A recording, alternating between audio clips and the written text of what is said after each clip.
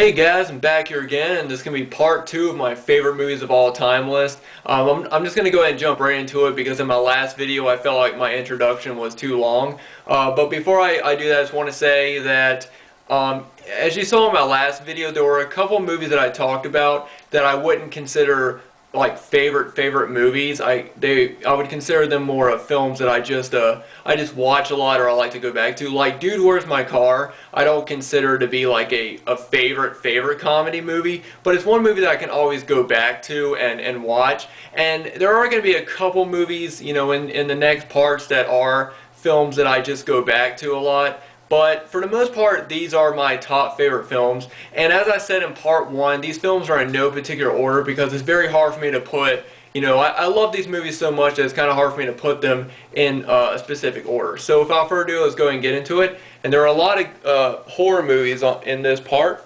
And the first one is Pet Sematary. I remember the first time I watched this movie, I was very young, and it really did creep me out a lot. Just a true horror classic, I think. I really love this one. I also really do enjoy the second one. The second one doesn't get talked about a lot, but yeah, I absolutely love this story. I still need to read the book, and this is one that used to come on all the time. When I was younger, I'd watch it, and I never remembered the actual name of it. I just remembered it as the movie with the kid who got hit by the truck and came back. I always used to remember it by that.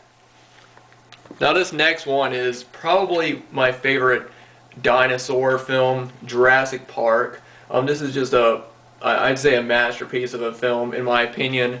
They did everything right. The special effects in this are great. The dinosaurs look very realistic, and this is the one, like I said, one dinosaur film. There's only a few of them I can think of, but this is definitely one of the ones that have lived on, and they're the ones that, all other dinosaur movies that came after this, you kind of compare it to this one, and I don't think that it's been beat. I can't think of any other, after Jurassic Park, I can't really think of any other dinosaur movie that's done better. I have not seen a whole lot of newer dinosaur films though, but, but still, I don't think that this movie's been beat. Jurassic Park, still a classic.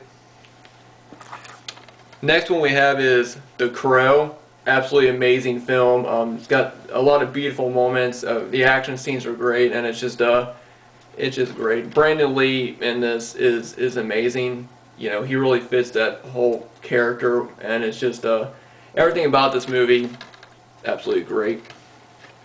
Now this next movie is one movie I grew up watching, and it's definitely my favorite Adam Sandler movie. I know a lot of people will say Happy Gilmore or Billy Madison, but my favorite Adam Sandler movie is Big Daddy. I love this movie. I loved it growing up. I think it has the perfect mix of comedy and really heartwarming moments, with him and the little kid, Julian is his name in the movie, and it's just I think it's Adam Sandler's best performance, and I used to love this movie growing up, and I still do. It has so many great moments, like, of course, the scene when the little kid has to go to the bathroom instead of do it on the door. That's always been one of the most recognizable moments, but yeah, absolutely love Big Daddy. And of course, I also enjoy Billy Madison, Happy Gilmore, and a lot of other Adam Sandler films, but that's always been my favorite. Now the next one is one of my favorite animated films, and it's Balto. And yeah, this is again a great film. This was put out by Universal. This is one of the only I like several animated films that weren't put out by Disney, and this was one of them that I think really stuck out. Really do enjoy this film. Now, next one is a movie that I've been watching for years. It's not one movie that I grew up watching or anything, but it's Detroit Rock City. And this is the story about these four friends, and they're in this Kiss cover band, and they want to go to Cabo Hall in Detroit to see Kiss. And then it's just all these things that are happening, like the drummer has this very realistic, not really, this drummer has this very religious mother, and she's trying to stop them from going. And it's just basically, it's a coming-of-age story, and I really love these type of films, that talk about being a teenager and what teenagers care about and the struggles that they go through in life, with school. Of course, this movie is overly exaggerated, and pretty much most of the stuff in this movie would never happen to a real teenager, but it's still, I think, still a great movie, and it's got a great soundtrack. Not just Kiss, but all the best classic rock bands from the 70s. You know, it's a great soundtrack. Now the next movie, this is one of my favorite movies of all time. I grew up watching this film. Actually, you know what? I'm going to save this for later. I think that movie deserves to be in my top 10. So anyway, skipping that one. Next one, Fright Night. It's a great horror movie. One of my favorite vampire films. And this is one movie I didn't grow up watching, or I didn't watch it, you know, for years. And I finally picked it up one day. I think it was years ago, and I finally checked the film out and loved it. Now the next one is a great John Candy film, and it's The Great Outdoors. I'm not talking about the other one, Uncle Buck. I'm talking about The Great Outdoors in this one. This is the one where you know, John Candy and Dan Aykroyd, they go out to this cabin in the woods, and they basically are trying to show each other who can enjoy the great outdoors better. And it's a really funny movie. Both great actors, Dan Aykroyd and John Candy. Okay.